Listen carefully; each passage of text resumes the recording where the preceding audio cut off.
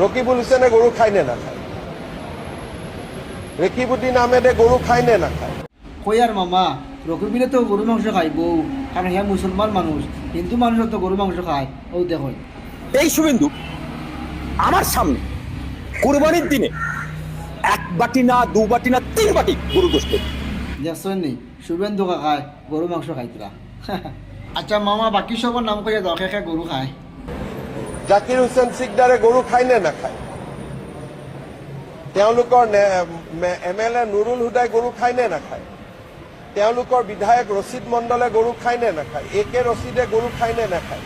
তো গৰু খোৱা মানুহ কাটি কাটি কাটি গৰুক মাৰে, এনেকে মাৰে, যাক হালাল কৰা বুলি কয়, হয়নে?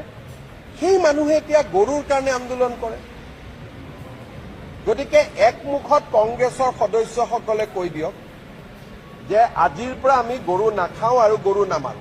গরুর চামড়া ছাড়া তো বড় ঢাকঢোল হয়ই না। বা ভালো ব্র্যান্ডেড একটু জুতো কিনতে গেলে লেদারের জুতো কিনতে হবে, সেটাও গরুর চামড়ার। হিন্দু ঘরের ছেলে বা ব্রাহ্মণ বা অর্জুন সিং নিজে কোনো গরু কেটে তার চামড়া ছাড়িয়ে ডুগডুগি বানাবে, খোল করতাল বানাবে কি, যেটা হিন্দুদের ধর্মীয় কাজে লাগে?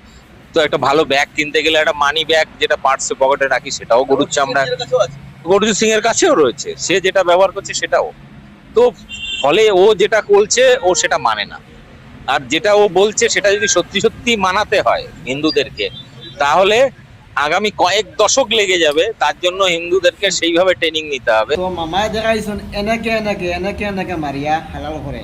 তো মামা এনেকে না মারলে না হালাল হয় না, আর এনেকে মারলে নো হারাম হয়ে যাব। এর লাগে আমরা এনেকে এনেকে মারিয়া খাই। তুমি জান জ্বালা এনেকে মারিয়া খাও হালাল করিয়া, আমরা এনেকে মারিয়া খাই হালাল করিয়া, বুঝছেন নি? তো ভিডিওটা শেয়ার মারিয়া মাংস কাজে পৌঁছে দিবা।